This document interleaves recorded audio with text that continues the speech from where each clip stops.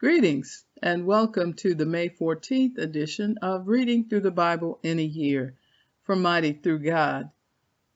Today I'll be reading 1 Samuel chapter 15 and 16, John chapter 8 verse 1 through 20, Psalm 110 verses 1 through 7, and Proverbs 15 verses 8 through 10. And today I'll be reading from the New International Version. This section is titled, The Lord Rejects Saul as King. Samuel said to Saul, I am the one the Lord sent to anoint you king over his people Israel. So listen now to the message from the Lord. This is what the Lord Almighty says. I will punish the Amalekites for what they did to Israel when they waylaid them as they came up from Egypt. Now go, attack the Amalekites, and totally destroy all that belongs to them. Do not spare them. Put to death men and women, children and infants, cattle and sheep, camels and donkeys. So Saul summoned the men and mustered them at Telaim, 200,000 foot soldiers and 10,000 from Judah. Saul went to the city of Amalek and set an ambush in the ravine. Then he said to the Kenites, Go away, leave the Amalekites, so that I do not destroy you along with them, for you showed kindness to all the Israelites when they came up out of Egypt. So the Kenites moved away from the Amalekites. Then Saul attacked the Amalekites all the way from Havilah to Shur, near the eastern border of Egypt. He took Agag, king of the Amalekites, alive, and all his people he totally destroyed with the sword. But Saul and the army spared Agag and the best of the sheep and cattle, the fat calves and lambs, everything that was good. These they were unwilling to destroy completely, but everything that was despised and weak they totally destroyed. Then the word of the Lord came to Samuel. I regret that I have made Saul king, because he has turned away from me and has not carried out my instructions. Samuel was angry, and he cried out to the Lord all that night. Early in the morning, Samuel got up and went to meet Saul, but he was told, Saul has gone to Carmel. There he has set up a monument in his own honor and has turned and gone on down to Gilgal. When Samuel reached him, Saul said, The Lord bless you. I have carried out the Lord's instructions. But Samuel said, What then is this bleating of sheep in my ears? What is this lowing of cattle that I hear? Saul answered, The soldiers brought them from the Amalekites. They spared the best of the sheep and cattle to sacrifice to the Lord your God, but we totally destroyed the rest. Enough, Samuel said to Saul. Let me tell you what the Lord said to me last night. Tell me, Saul replied. Samuel said, Although you were once small in your own eyes, did you not become the head of the tribes of Israel? The Lord anointed you king over Israel, and he sent you on a mission, saying, Go and completely destroy those wicked people, the Amalekites. Wage war against them until you have wiped them out. Why did you not obey the Lord? Why did you pounce on the plunder and do evil in the eyes of the Lord? But I did obey the Lord, Saul said. I went on the mission the Lord assigned me. I completely destroyed the Amalekites and brought back King Agag, their king. The soldiers took sheep and cattle from the plunder, the best of what was devoted to God, in order to sacrifice them to the Lord your God at Gilgal. But Samuel replied, Does the Lord delight in burnt offerings and sacrifices as much as in obeying the Lord? To obey is better than sacrifice, and to heed is better than the fat of rams. For rebellion is like the sin of divination, and arrogance like the evil of idolatry. Because you have rejected the word of the Lord, he has rejected you as king. Then Saul said to Samuel, I have sinned. I violated the Lord's command and your instructions. I was afraid of the men, so I gave in to them. Now I beg you, forgive my sin and come back with me, so that I may worship the Lord. But Samuel said to him, I will not go back with you. You have rejected the word of the Lord, and the Lord has rejected you as king over Israel. As Samuel turned to leave, Saul caught hold of the hem of his robe, and it tore. Samuel said to him, "The Lord has torn the kingdom of Israel from you today, and has given it to one of your neighbors, to one better than you. He who is the glory of Israel does not lie or change his mind, for he is not a human being that he should change his mind." Saul replied, "I have sinned, but please honor me before the elders of my people and before Israel. Come back with me, so that I may worship the Lord your God." So Samuel went back with Saul, and Saul worshipped the Lord. Then Samuel said, "Bring me Agag, king of the Amalekites."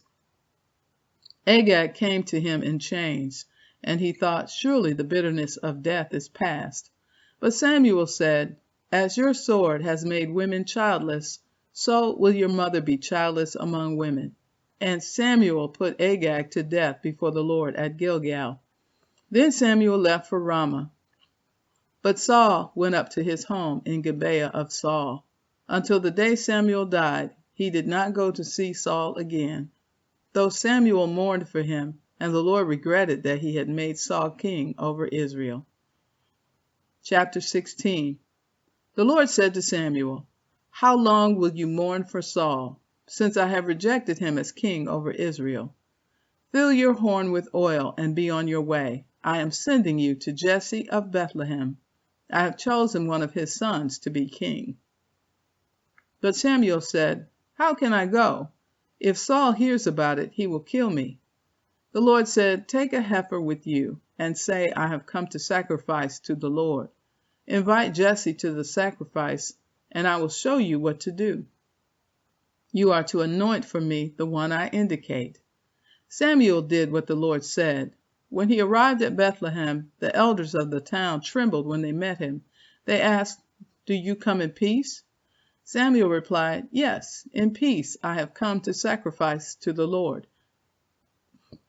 Consecrate yourselves and come to the sacrifice with me." Then he consecrated Jesse and his sons and invited them to the sacrifice. When they arrived, Samuel saw Eliab and thought, "Surely the Lord's anointed stands here before the Lord." But the Lord said to Samuel, "Do not consider his appearance or his height, for I have rejected him. The Lord does not look at the things people look at. People look at the outward appearance, but the Lord looks at the heart." Then Jesse called Abinadab and had him pass in front of Samuel. But Samuel said, "The Lord has not chosen this one either." Jesse then had Shammah pass by. But Samuel said, "Nor has the Lord chosen this one." Jesse had 7 of his sons pass before Samuel. But Samuel said to him, "The Lord has not chosen these." So he asked Jesse, "Are these all the sons you have?" "There is still the youngest," Jesse answered. "He is tending the sheep." Samuel said, "Send for him. We will not sit down until he arrives." So he sent for him and had him brought in. He was glowing with health and had a fine appearance and handsome features. Then the Lord said, "Rise and anoint him. This is the one." So Samuel took the horn of oil and anointed him in the presence of his brothers. And from that day on, the Spirit of the Lord came powerfully upon David. Samuel then went to Ramah. Now the Spirit of the Lord had departed from Saul, and an evil spirit from the Lord tormented him. Saul's attendants said to him, "See, an evil spirit from God is tormenting you. Let our Lord command his servants here to search for someone who can play the lyre. He will play when the evil spirit from God comes on you, and you will feel better." So Saul said to his attendants, "Find someone who plays well and bring him to me." One of the servants answered, "I have seen a son of Jesse of Bethlehem, who knows how to play the lyre.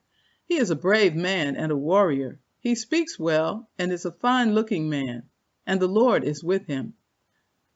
Then Saul sent messengers to Jesse and said, "Send me your son David, who is with the sheep." So Jesse took a donkey loaded with bread, a skin of wine, and a young goat, and sent them with his son David to Saul. David came to Saul and entered his service. Saul liked him very much, and David became one of his armor-bearers. Then Saul sent word to Jesse, saying, "Allow David to remain in my service, for I am pleased with him." Whenever the Spirit from God came on Saul, David would take up his lyre and play. Then relief would come to Saul. He would feel better, and the evil spirit would leave him. John chapter 8. But Jesus went to the Mount of Olives. At dawn, he appeared again in the temple courts where all the people gathered around him, and he sat down to teach them. The teachers of the law and the Pharisees brought in a woman caught in adultery. They made her stand before the group and said to Jesus, "Teacher, this woman was caught in the act of adultery. In the law, Moses commanded us to stone such women. Now, what do you say?" They were using this question as a trap in order to have a basis for accusing him. But Jesus bent down and started to write on the ground with his finger. When they kept on questioning him, he straightened up and said to them, "Let any one of you who is without sin be the first to throw a stone at her." Again he stooped down and wrote on the ground. At this, those who heard began to go away one at a time, the older ones first, until only Jesus was left, with the woman still standing there. Jesus straightened up and asked her, "Woman, where are they? Has no one condemned you?" "No one, sir," she said. "Then neither do I condemn you," Jesus declared. "Go now and leave your life of sin." When Jesus spoke again to the people, he said, "I am the light of the world. Whoever follows me will never walk in darkness, but will have the light of life." The Pharisees challenged him. "Here you are, appearing as your own witness. Your testimony is not valid." Jesus answered, "Even if I testify on my own behalf, my testimony is valid, for I know where I came from and where I am going. But you have no idea where I come from or where I am going. You judge by human standards. I pass judgment on no one. But if I do judge, my decisions are true because I am not alone. I stand with the Father who sent me. In your own law, it is written that the testimony of two witnesses is true. I am one who testifies for myself. My other witness is the Father who sent me." Then they asked him, "Where is your Father?" "You do not know me or my Father," Jesus replied. "If you knew me, you would know my Father also." He spoke these words while teaching in the temple courts near the place where the offerings were put. Yet no one seized him, because his hour had not yet come. Psalm 110 of David, a psalm.